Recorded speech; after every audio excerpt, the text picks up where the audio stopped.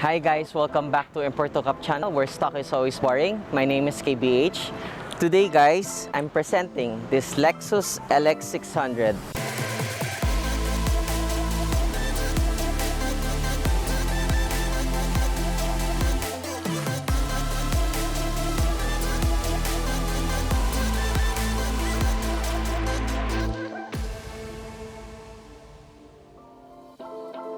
This car is equipped with the Artisan Spirits wide body kit.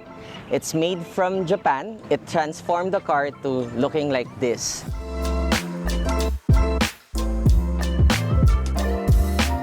The body kit consists of a front spoiler. So as you can see, we installed the whole thing. Body color and some black accents underneath. Then the front bumper garnish, I painted it black just to give an accent color. It's so nice. So the front spoiler's design goes all the way here. Look at that. Then it flows to the Artisan Spirits over fenders. So this widens the car by 50 mm. It looks so much more aggressive and so much nicer, and I love it. Lastly, the rear of the car features 3 parts from Artisan Spirits, starting off with this roof spoiler. Next, just above the taillights, we also have this Artisan Spirits rear gate spoiler. We painted it body color as well. The whole bottom of the rear bumper is also from Artisan Spirits. When purchasing this kit, you have the option to get it either in carbon fiber or FRP. For this project, we choose FRP because personally, it's a Lexus. It looks better in gloss black than in carbon fiber.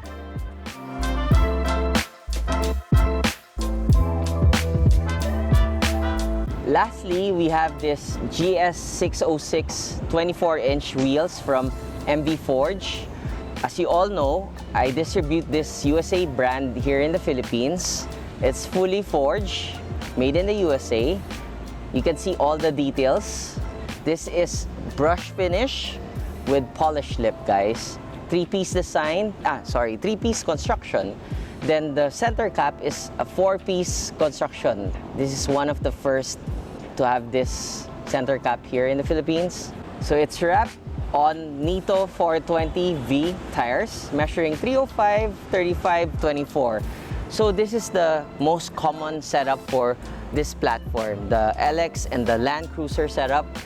For 24-inch, I mainly run this tire sizing. And for extra stopping power, I installed the biggest Brembos that is available for this platform, which is the BM series.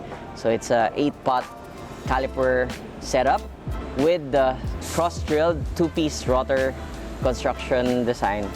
It actually complements the car so well because of this red accent, and we just made the wheel in a neutral color. So we're now inside the Lexus LX600. Well, you can see a lot of Toyota Land Cruiser, and this is the Lexus equivalent of that car. It's almost the same, but it's not. Because this is sporting a V6 gasoline engine producing around 410 horsepower. So if you step on the gas, it's so much faster. But the main difference with the Land Cruiser and this car is the ride comfort in the interior. If you compare it side by side, this car is equipped with the air suspension system. So the ride is so much smoother and more comfortable. By the way, you can adjust it to make it higher and lower with this button. So right now, we're in the normal mode because you can only use the lowest setting while stationary, while you're going down, and it goes up automatically around 10 kilometers. So yeah, we're in the normal mode, and I can honestly say that it rides so good. Plus, if you compare it side by side to a Land Cruiser, everything is so much more luxurious. The leather is so much better. Everything's more upgraded and more plush. As if you can put it that way. Also, the sound system of the Mark Levinson is so good. There are two ways to set up a Lexus LX. One, off-road setup, which I can put like 20-inch wheels with mud tires or all-terrain tires. But the owner prefers, well, the owner uses this mainly to go around the city and to go around town. So he prefers an urban setup. So that's why I made it wide body, 24-inch wheels, so to have the looks and the presence while he's using it.